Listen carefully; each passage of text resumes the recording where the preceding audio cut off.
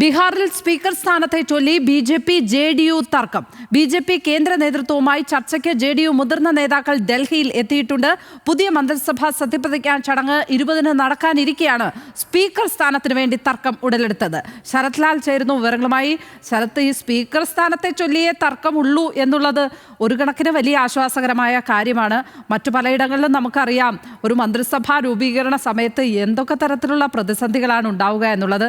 ഇവിടെ ഏതായാലും മുഖ്യമന്ത്രിയെ സംബന്ധിച്ചോ മറ്റു മന്ത്രിമാരുടെ കാര്യത്തിലോ ഒന്നും തർക്കമില്ല അല്ലേ? പ്രാധാന്യമുള്ളതാണ്. കാരണം കൂറുമാറ്റം അടക്കമുള്ള കാര്യങ്ങളിൽ എല്ലാ തീരുമാനമെടുക്കേണ്ടത് സ്പീക്കറാണ്. അതുകൊണ്ട് അത് സ്പീക്കർ സ്ഥാനം വിട്ടു നൽകാൻ ബി.ജെ.പി. തയ്യാറല്ല.